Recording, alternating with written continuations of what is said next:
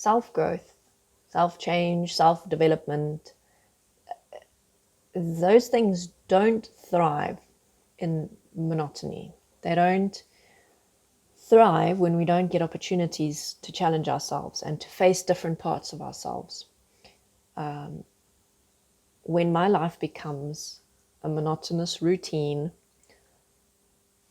everything's the same every day and I'm just going through the motions, I tend to get to this experience where, while yes, I am getting work done, while yes, I am getting to practice self-discipline of doing the same things every day and practice my role of self-responsibility, I get this experience of I could be doing more. I'm not doing enough. I'm not where I want to be. What should I be doing?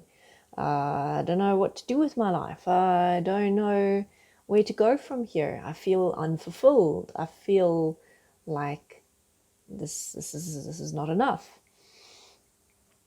And I know that other people feel the same way, because I've had this discussion with people before where people ask me the question, how do I figure out what to do with my life? What should I do? How do I do more? How can I speed up my process of self-development? And how can I get to that point faster of being self-aware and not having any more reactions come up within me, and not having any more unsupportive thought patterns.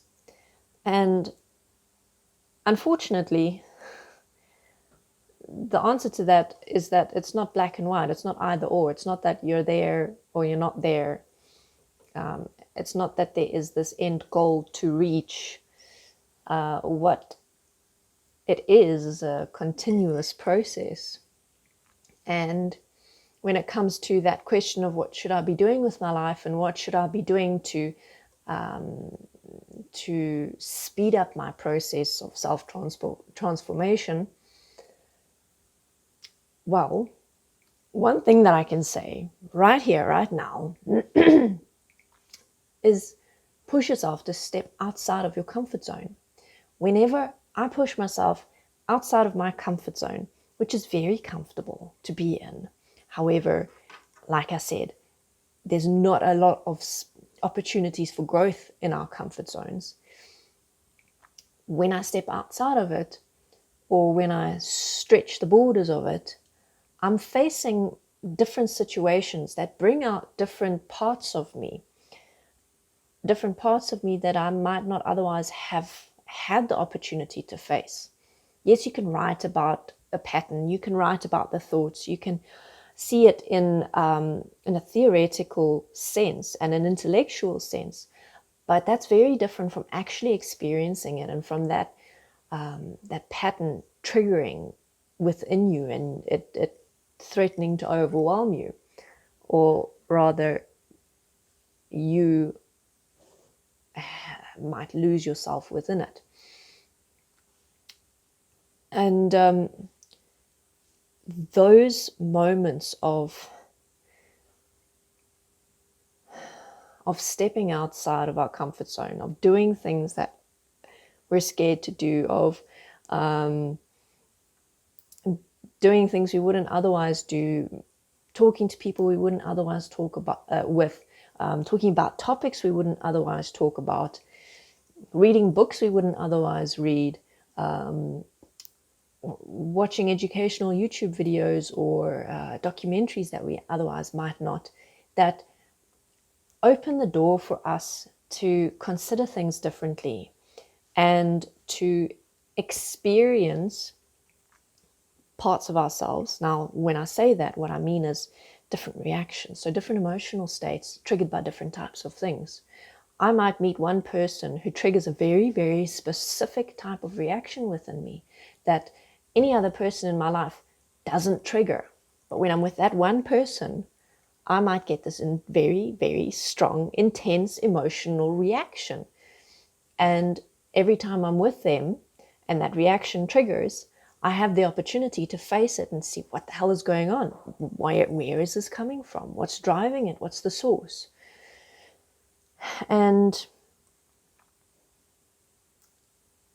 I'm not saying go and do crazy stuff or watch videos that are just a bunch of conspiracy theories, or flood your daily life with a whole lot of extreme activities. It doesn't have to be anything extreme.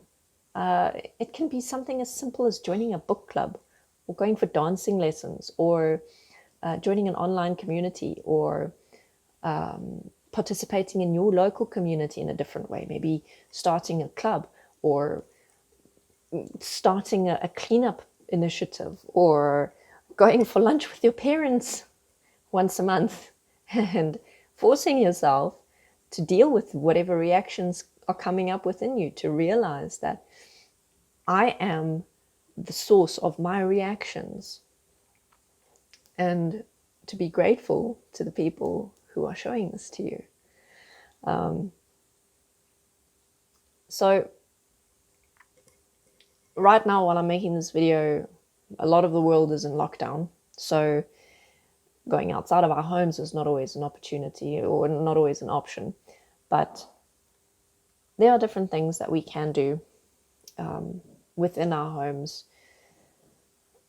And lockdown's not going to last forever. So if there's something you see you can do, try it, test it out. Even if you just do it a few times, then you know. I find that when I imagine how something is going to be,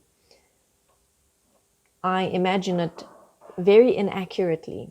And my actual experience of how it is while I'm doing it is very different. And I know that that is pretty much the same for everyone, that how we imagine things, especially the things that we fear doing, actually doing them is a completely different story. So push yourself to do different things. It doesn't have to be big. It can be small steps towards something different.